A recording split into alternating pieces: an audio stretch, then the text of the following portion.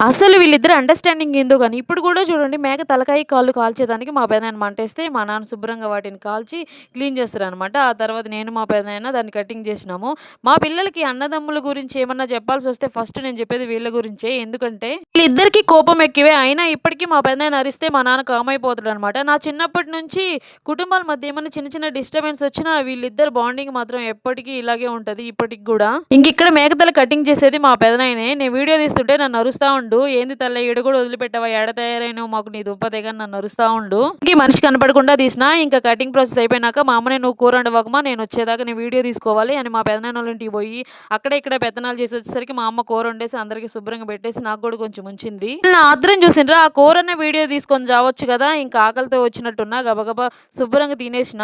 అప్పుడు గుర్తొచ్చిందండి నా మట్టి బుర్రకి అరెరే! వీడియో అన్నా తీసుకోవాల్సిందే కూరనైనా అని. అప్పుడేం చేస్తాను చెప్పండి అంతా నా బుజ్జి పొట్టలోకి పోయిన తర్వాత. మీరు నాలాగే కొన్ని కొన్ని మర్చిపోతా ఉంటారా? అలా అయితే కామెంట్ చేయండి. వీడియో నచ్చితే సబ్స్క్రైబ్ చేసుకోండి.